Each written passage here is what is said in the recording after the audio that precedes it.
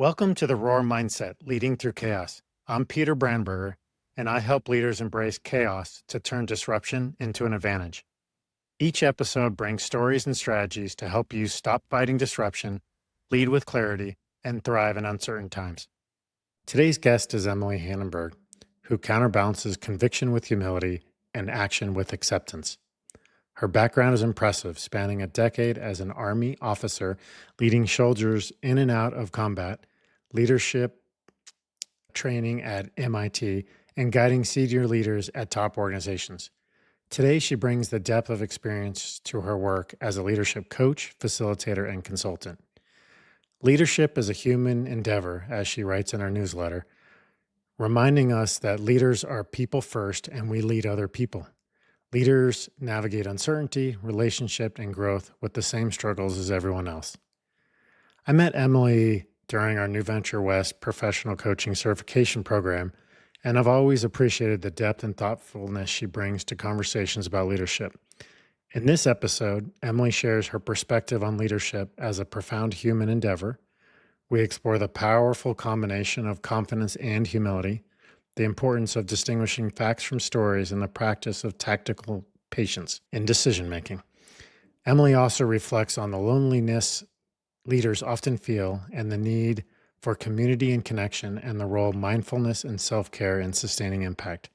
You might be surprised by the connections she brings up between surfing and leadership. Enjoy.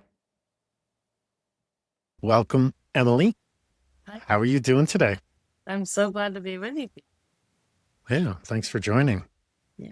I guess let's begin with what matters most to you these days. I think what matters most to me these days is a combination of love and gratitude. I think it's so funny. Our friends shared a surprise with us that they're pregnant after trying for a long time, and they sent us this package, and they wanted us to open the package over FaceTime with them.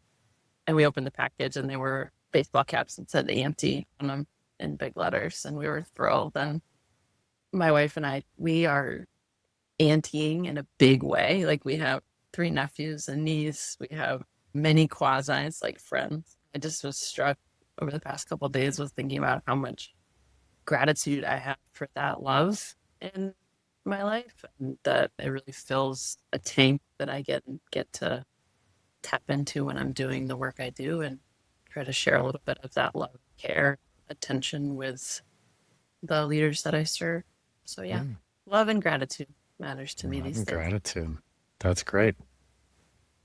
One of the things I wanted to talk to you about is your Substack newsletter that you had called Human Endeavor. And maybe let's just begin with what does human endeavor mean to you? Like, why'd you choose that name? Yeah, that phrase, I was reading some piece Army doctrine, and it had that phrase in it, that leadership is a human endeavor. And that those words just really struck me as so resonant. Like, all we're doing as leaders is we're trying to get a group of human beings to do something together. And so that humanity, the endeavoring, the trying, the sort of idea of an ongoing practice and endeavor, something that you're striving towards, there really isn't perfect destination or one way to do it.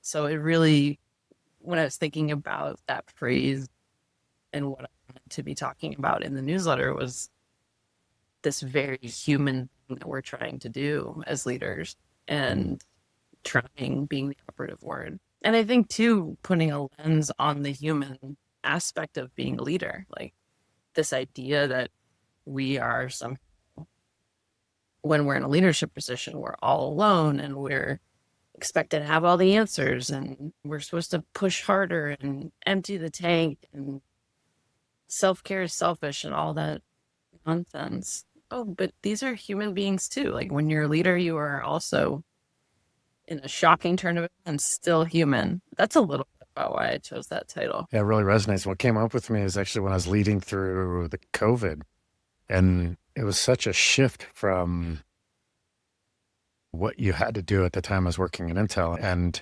what people needed and pushing the team, et cetera, to just, hey, are you okay? And what's going on in your life? And it's so different. And just being with that total change that happened to a lot of us and to most of us. And so, yeah, that human aspect is interesting. Yeah. Yeah. And you brought up, I think one of them, I don't know, is one of your titles of your Substack. And I was rereading that again today. And one of the things I loved about it is you had a distinction between confidence and humility, and that it's not antonyms. So why don't you say a little bit more about that? Yeah. Sorry. Yeah. When I was writing that one, I had bumped into this idea, I guess, the enormous power of saying, I don't know, with confidence. I think you've probably experienced leaders who are able to do that.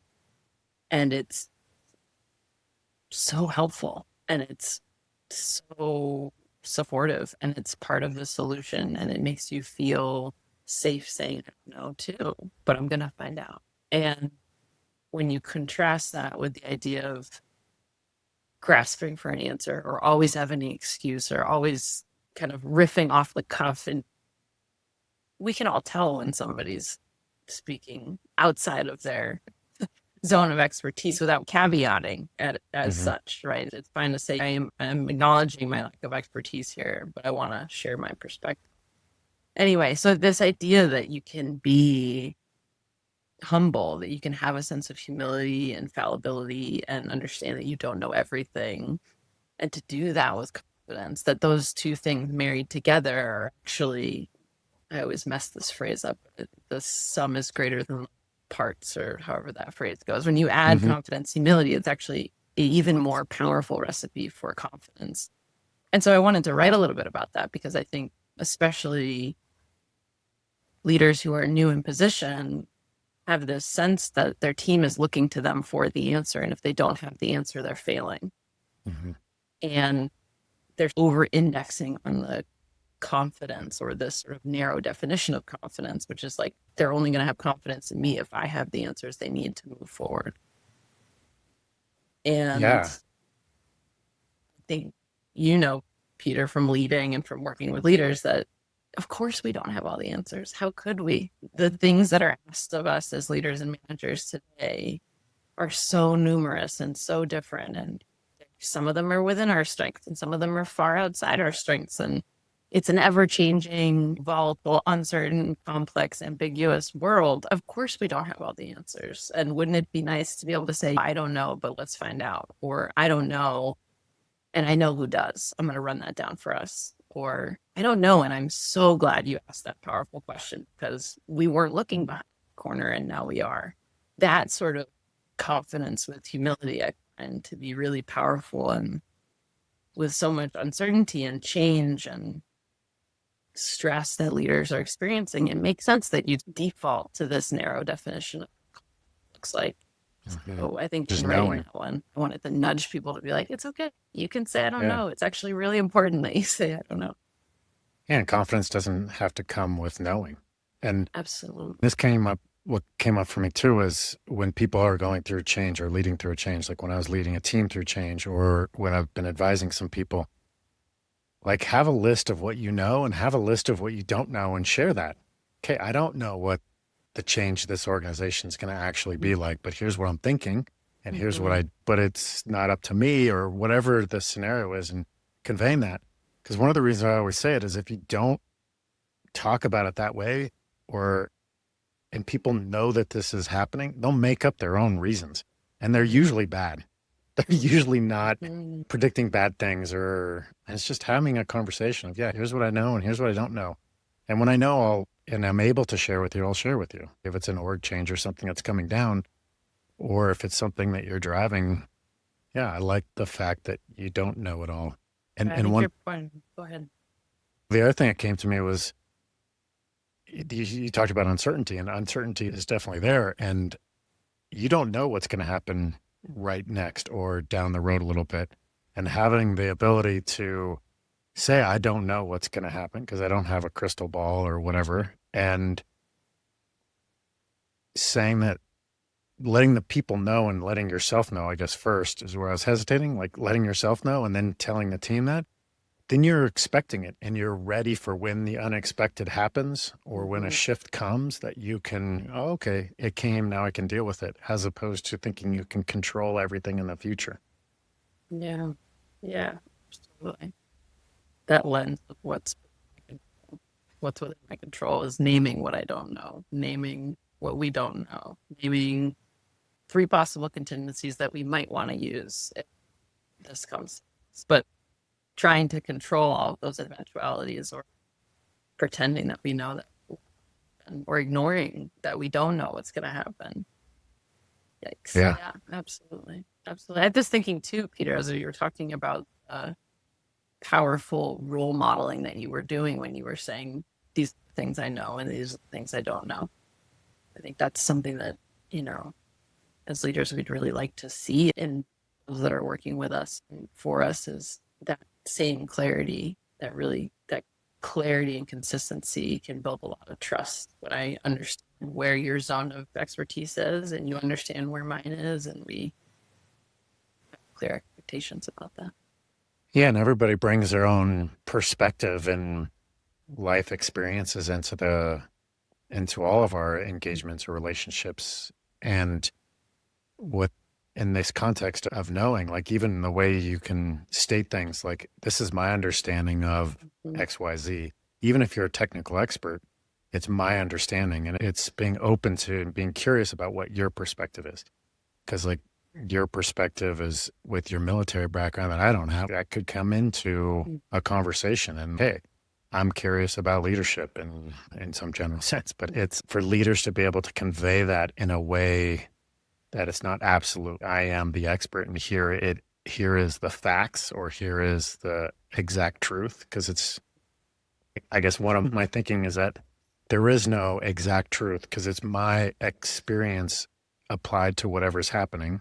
Just if we both look at this mug, you have a different experience than I do. And it's the same thing, but we're bringing our experiences. And so it's always interesting from that perspective. And like the I don't know, having the ability to have that conversation is interesting too.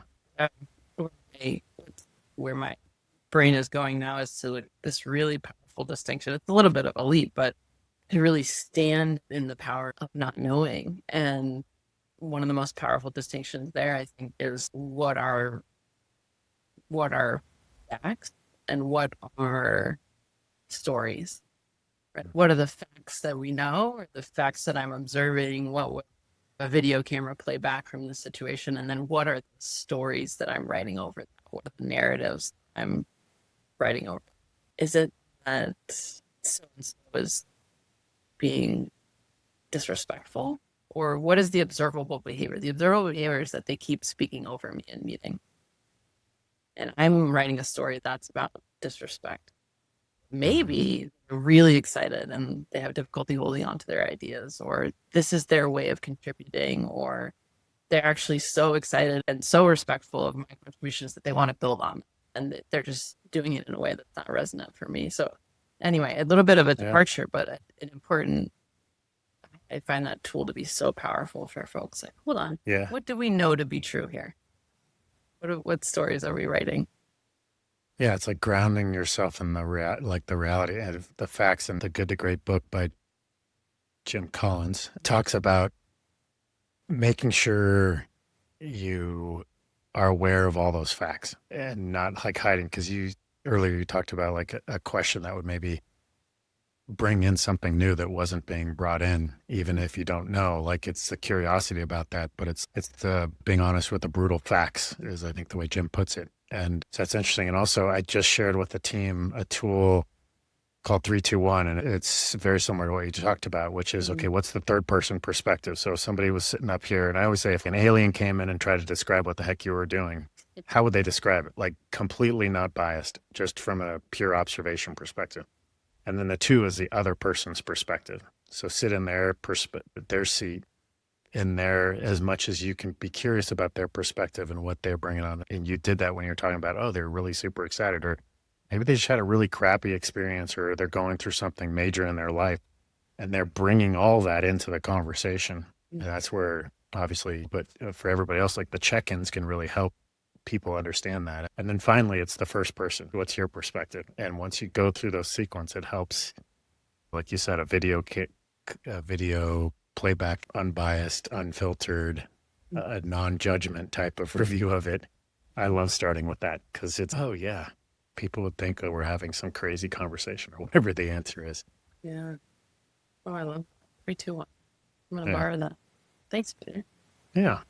It's a good tool. I got it from the Intel Leadership for Fitness coaching program. So I should give them credit as well with Isnir and Lynette who started that. Yeah.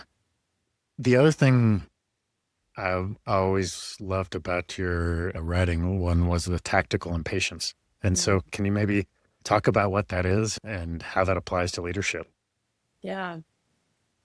Yeah, in that one, I wrote a little bit about this idea of tactical patience, and broadly, it speaks to this idea that often we find ourselves waiting in the midst of all this uncertainty and change and all that's asked of us as leaders, that we're maybe putting off a decision, waiting for this point, perfect information, which of course is a myth. We're never going to have perfect information. And if we do wait for it, we're probably going to miss some opportunities. We're going to miss momentum, miss the initiative, etc. So there's a real balance to strike between acting too quickly, acting in haste, without enough information to make a sound decision, and sort of the other extreme, which is analysis paralysis and waiting and waiting and waiting. And I use the example of troops in contact. You're moving around field with your element, and all of a sudden you start getting shot at. Boom. And at that exact moment, you really don't have a ton of information. You just know that guns are going. And as the situation evolves, you're going to get more and more information, right? Somebody in the team is going to shout out the distance and direction of the enemy element. You're going to start to hear what kind of weapon systems and how many. You're going to get a report from your team about who is injured, how we're doing on ammunition, et cetera. So that picture is going to continue to flesh out and continue to flesh out. The thing is, you're not doing that in isolation, right? The enemy in this situation is also learning about you and also moving on you. And so there's this incentive to act quickly. And in that post, I share a rough diagram where you have on the x-axis, horizontal axis, time, and then the vertical axis, information. And the idea that if we just wait long enough, there's this perfect up into the right line taking us to the point of perfect information, which is a myth anyway. And that if we visualize this zone of decision where I have enough information that I'm not acting in haste, but I haven't slipped into indecision, I haven't slipped into analysis paralysis, I'm in that zone of decision.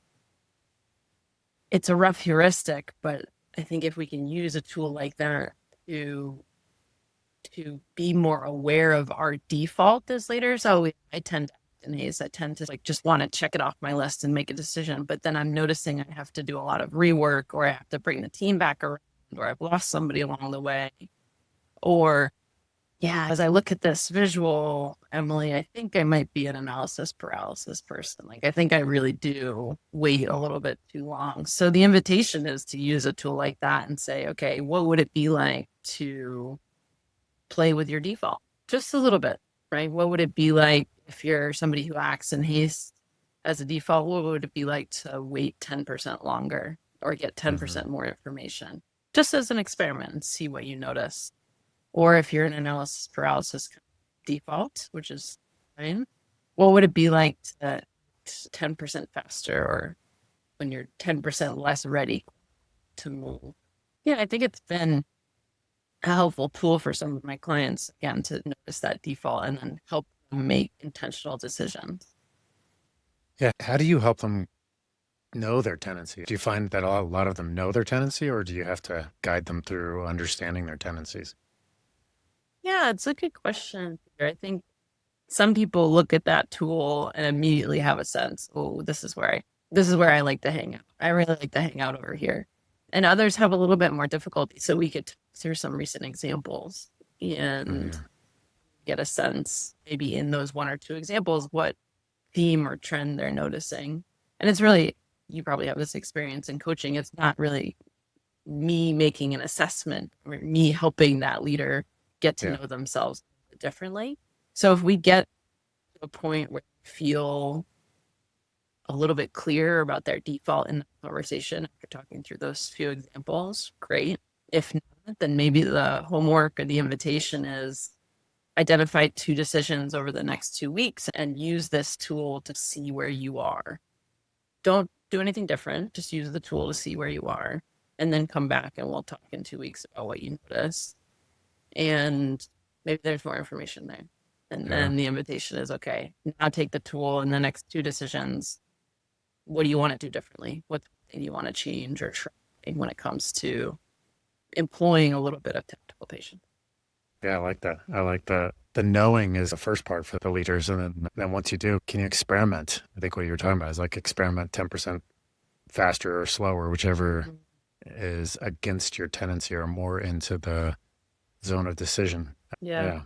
I think you're really speaking to the kind of core of what we do, or what I feel I do, which is to really support leaders in building more self-awareness and awareness of others. And then with that foundation of awareness, we get to sprinkle in a couple of tools and invitations, and that allows those leaders to then move with intention, right? So the foundation of awareness, without that, you really don't know where your compass is pointing. And so, yeah, I think that's really at the core of what we do, help with that awareness and then allow leaders to set off with intention. And sometimes it's doing it, and sometimes it's play or experimentation or a test or a courageous conversation to learn more. But that awareness and then that intentionality, and then we're back in that loop, right? Because that intentional action is going to get us more data about how others are experiencing your leadership, or how you are in the world, or what it's like to refuel yourself, all this learning. And then we get to go back and try something else and get more data, try something else and get more data. Fabulous. And even inaction gives you some data. Like, I mean, as you know, which is, you didn't do it. Well, why didn't you do it?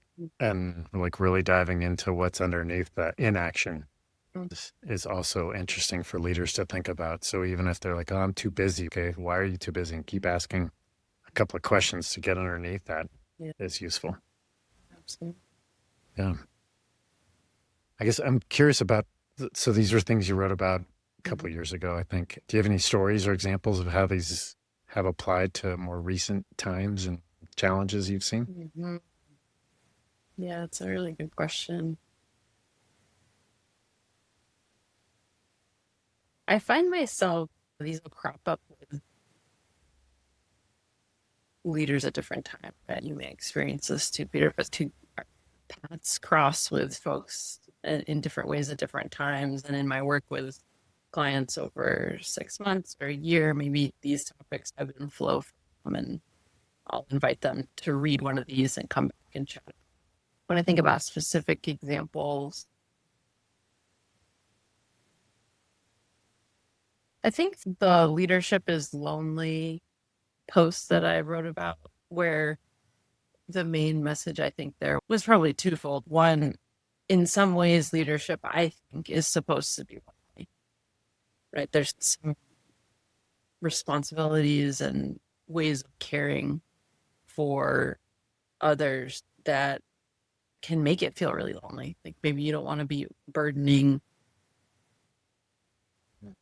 those you lead with your own stress and your own uncertainty. There's a way to do that with vulnerability and humility that's not burdening others, but that sort of withholding can feel a little bit lonely. Or the way you manage up and talk with your leaders. They certainly are there in many ways to support you, encourage you, and be a place where you can talk through things. And they're probably really eager to experience you bringing solutions and moving things forward as well. And then your peers, they're shoulder to shoulder with you, but they've got their own stuff. And so maybe it doesn't feel quite right to quote unquote unload on them. And so there's a lot of reasons why leadership can feel lonely. And the other sort of thrust of it was like, it doesn't have to. Like, you can be in really thoughtful, mindful conversation with yourself in a supportive way. You can build a network of support outside your company that can help Mm-hmm. you do this. And if there's an element calling in energies or a spiritual practice for you that can be supportive, that can also help. And so that one has come up a lot with clients, and it's been really interesting to see where we get, hey, this is feeling really hard. I'm feeling really overwhelmed. I'm feeling really, there's just too much on my plate and there's no place to put it. And some of that conversation is around delegation and empowerment and control and what's getting in the way. And some of it's about feeling lonely and not feeling like they're filling their tank. And with some leaders, we get to a place of building a personal board of directors, our kitchen cabinet, if you will. Mm-hmm. Who are the people that you want to meet with once a month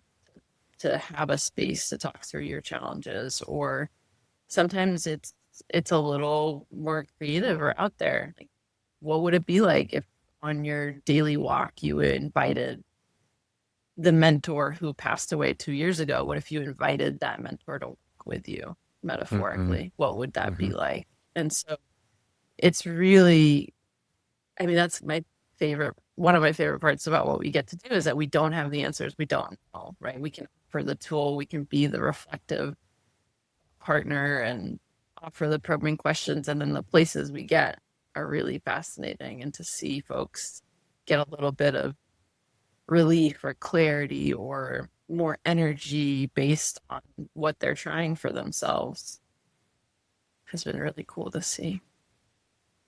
Yeah, I see this loneliness and that as well, and really a lot of resignation that, yeah, I am alone. And, you know, I just have finished a lot of conversations with people who were laid off from Intel, and they all feel alone. By definition, they just laid off 20% of the people, which is 20,000 people. So it's, look, you're not alone. And they know it cognitively, but they're not embodying that and moving through the world, like, and being able to reach out. I love having your personal board. I love the mentor or the ancestors to come and help support you and to be a guidance that you can talk with at any point. The other thing is, you and I are familiar with pods, which are small groups, and for accountability and sharing and people going through a similar journey. And you can create those. What's the other thing? Or community. There's communities for transitions. There's communities for leadership and entrepreneurs and whatever, but seek one out or start one. If you're ambitious, people can start one of these. I know you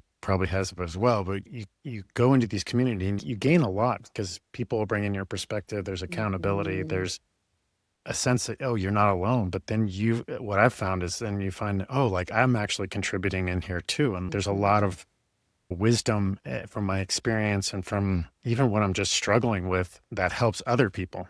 Yeah, absolutely. I think that's so important what you're offering there, Peter. I think too, and it's definitely a yes and, but or yes and I often wonder about how leaders, especially folks who are feeling this sort of loneliness, how they could, I'm reaching for a word that I can't find, but maybe diversify their sources of connection. There's a lot that has happened societally and with the pandemic where my sense, at least, is that work has become such a huge part of our lives and our identities and our sources of satisfaction and fulfillment and our source of connection and our source of fun, and it feels a little bit out of balance. I think, especially for folks who go all in, which is a great thing to do, especially if you love your work. And I think there's something really powerful in having more stuff going on in your life, like more sources of that action, more sources of that joy, more sources of that sense of fulfillment, whether that's an athletic endeavor or a volunteering activity or an evening course that you're taking to be a source of learning and engagement in your life. And there's something in that I think can sometimes remind folks of their agency, of their apartness, maybe. Like, I am not my work. Work is something I do, and work is something that I thoughtfully and wholeheartedly engage in, but it's not right up here, right? Work is out here, and so are my hobbies, and so are my community connections, and so is my family. And they're all here. They're not like in my heart and in my Yeah. head and in my, I'm not sure if I'm saying that very eloquently, but I think, yeah, where is your community and what are you doing outside of work to bring yourself some joy and connection? Yeah, I totally agree. And I struggle with, in at least in the US, maybe some other Western cultures, a lot of people will ask, what do you do? And the answer is, what do you work? And my expectation in the conversation is, and it starts with that.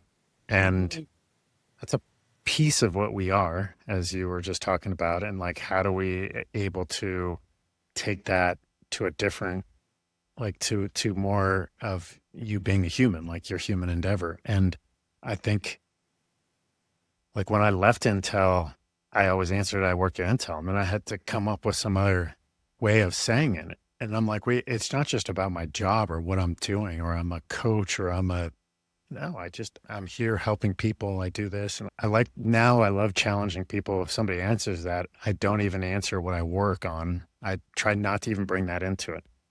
No, I travel around. I enjoy being with people. I support them in what they're doing. And they're like, what do you mean? What do you do? And like, sometimes I'll keep asking it out of probably habit, but yeah, I like having a way of bringing in your story that is more inclusive of what your hobbies and desires and whatever you're up to. Absolutely. Yeah, that's so true. That's so true. What do you do? What are you Yeah. up What to? do you do? What's alive in your world? Yeah. Yes. What do you get up to? How are you spending your time these days? Like Yeah. anything, but what do you do? Yeah. That's good. All right. For those who can't see the video, you can see the surfboard behind you. What is one of the things you've learned from surfing that applies to leadership? So much. Oh my gosh, so much. Where to begin? I think it's not hyperbole to say that there's so much coming up. I think there's a power of mindfulness. There's a presence that is really demanded by surfing. Like when you're up on the wave, nothing else is happening. There's so much in surfing that I'm so grateful learned. I think the full presence and mindfulness that's demanded in that moment is really illuminating to what that experience is like. It's so centering and calming to be so focused on something. And you can achieve so much more when you have that presence and mindfulness about what's happening. I think that's a whole posture we could explore. There's this idea of co-creation and releasing of control. Like I can do all of the things within my control in terms of positioning myself in the right place and doing my best to time it and the timing and effort of my strokes to get into the wave. And there is so much that's outside of my control. The wind and what happens with that particular wave, and it might not look like the 17 that came before it for no reason. And the idea that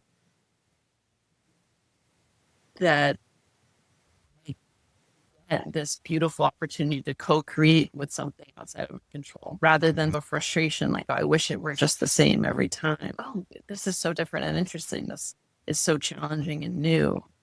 Yeah, it's to me the deep focus and being able to really be in there and like literally what came up to me is you're literally in the flow, like not from a flow state of like work, but like a flow state of being with this larger power of the ocean and the earth and being in relationship with it where you can't control it. And like that's very interesting. Yeah. I think too, there's so much that's deeply humbling about surfing, like just wiping out and how you think you have a degree of fitness, and then you paddle out and you're like, that, yeah, Mama Ocean is much stronger, and this is wild. And to be constantly learning and constantly being reminded how much you don't know and how much there's a real power in that sense of, I wouldn't describe myself as a beginner surfer anymore, but I think that idea of a beginner's mindset or a learning mindset, and that sense of play, like that's like this is, it's so freeing to play with that majestic, powerful force in that way. Yeah, I think, and there's so much more. I think for me, I think surfing is not just this like physical activity that's fun. It's also deeply meditative practice. It's also a spiritual practice. It's a way to see the world from a different perspective, even if it's like traveling to a faraway surf break. Like it's just going to the surf break that's 15 minutes from our house, and you're not on land anymore. You're looking up at it's just, you're under the water. It's that shifting of perspective that's so valuable to me. And I think if we bring all those things back to leadership, how can you bring a sense of play to your work? How can you bring a little bit more mindfulness and presence to the conversations that you're having or the deep work you're trying to do? How can you acknowledge the metaphorical ocean that you're in, and power and the opportunity and the freshness of, and the newness and constants, the things that haven't changed? And yeah, there's so much there. Yeah. I like the ocean that you're like from a leadership perspective, like your metaphorical ocean and the power, but there's also some rhythm or periodicity. I think that's the right way of saying it, like the waves, but they're not all the same, and they're not all both in height, and I assume they're not. Yeah. So they always change, and the power and how they are in different perspectives. It's a nice way of looking at that metaphor from a work perspective. And I think one more thing that just came to me is sort of abundance versus scarcity. There's always going to be another wave. There's always going to be another wave. Like, okay, I missed this one, or some guy cut me off, then I could be really sour about that for sure. But where's that going to get me? Where's that going to get them? How's that? There's always going to be another wave. I'm always going to get another chance. I like the abundance. I just read that book, Abundance, but there's also a book around finite and infinite game, and reading that as well. And it's the same thing, like looking at this from a perspective of there's always going to be more waves, and embrace it. And then when that one goes, release it, like literally let go of it and look to where you are and what's coming. Yeah. Yeah. Good luck holding on to a wave. Yeah. It's the next one's going to come. So maybe you want to turn and face it. Yeah. See what you can Holding onto a wave just pictured me sitting on top of a surfboard on the beach, like not even on water anymore because the wave's gone. Okay. That's not that fun. Yeah. Yeah. Yeah. Interesting. Any last thoughts? I think one, I don't know if the phrase, one drum I've been beating pretty hard, I find lately with folks, is this reminder that self-care isn't selfish. Like you really, in this moment of us, in this moment of challenge, wherever you find yourself, it can feel really easy to reach to like doing and output and external validation, all of these worn paths to feeling okay about things. And all the while you're just emptying your tank, thinking that it's the right thing to do, that it's the selfless thing to do. And I think without a nudge from a friend or some sort of tragic thing happening, like a diagnosis or a loved one passing away too early, like these tragic nudges, I want folks to not need a tragic nudge. I would love it to be this sort of loving, caring nudge that says, like, how are you taking care of yourself today? Because no one's going to do it for you. Yeah. No one is coming to do it for you. So how are you going to take care of yourself today so that you may be of service to others in the world in the way that you want to be? You would never put gravel in a gas tank. You would want that gas tank to be full of like premium clean fluid with the right additives so that race car can do what it's supposed to do and take people where it's supposed to be and win the race for everybody. So how are you putting premium gas in your gas tank? What are the And keeping it additives that full. you need? Yeah. And keeping it full as a leader, Mhm. filling your cup before you can help others, or whatever the other analogies are. But Yeah. yeah, that's good. And what are the main tenets to remind leaders of self-care? What would you want to make sure that they're looking after? Yeah, I think one conversation I have a lot with folks on this in this pasture of exploration is around what they're noticing about their energy. What are the activities that are bringing them energy? What are the activities that are really draining and costing them energy? How might they use what control and agency they have to shift that mix or shift the timing of those tasks? So I think attuning to energy, and that really is, I think, underneath one of the tenets around mindfulness. Like, how can you bring a sense of self-awareness to your experience of being? Yeah, I think that mindfulness piece, I think checking in with not just your head, but your heart and your body. What emotions are coming up? What's underneath those emotions? How can you get really specific about what it is that you might be feeling? Which is surprisingly difficult for many people. Like I feel sad. Okay, is it great? Great start. What is it? Melancholy? Is it mourning? Is it grief? Is it sadness? Is it exhaustion? Is it like, how can we get a little bit more curious about what that data from your heart and being in conversation with and your body? There's so much data in this body. What is she trying to tell me? And how many times am I going to get that sort of like tightness in my throat before I go into that conversation with someone, before I start to check in and be like, okay, what do I want to ask for here? What do I want to do differently? Or am I just going to go in with that tight throat and that guarded body posture every time? Yeah. Sounds like you have some experience with that. Maybe. Yeah. So those come to mind. Yeah. I like the mindfulness and the areas of control too, just reflecting on what is mine to do, or what, like you talked about agency. When you have agency, what can you shift from an energy perspective, and that control, and releasing what's you can't control, like some of the things in the world these days that we could spend a lot of energy and effort on, Yeah.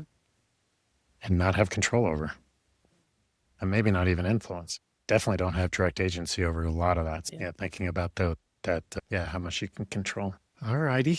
Thank you for joining today. Thank you. And Such a pleasure to be here. this is a great time. And if people want to follow you or stay in contact with you, what's the best way to do that? Yeah, I think the best way is probably through Substack or LinkedIn. The Substack is A Human Endeavor, and my LinkedIn profile is easily found. You can shoot me a message there. Yep. Yeah, Great. love to And be I'll in touch. post those up for folks. All right. Thank you. Thank you, Peter. Really appreciate it. Thanks for listening to Roar Mindset, Leading Through Chaos. Disruption isn't going away, but you can embrace it and turn it into an advantage. Until next time, stop fighting disruption, lead with clarity, and thrive in uncertain times.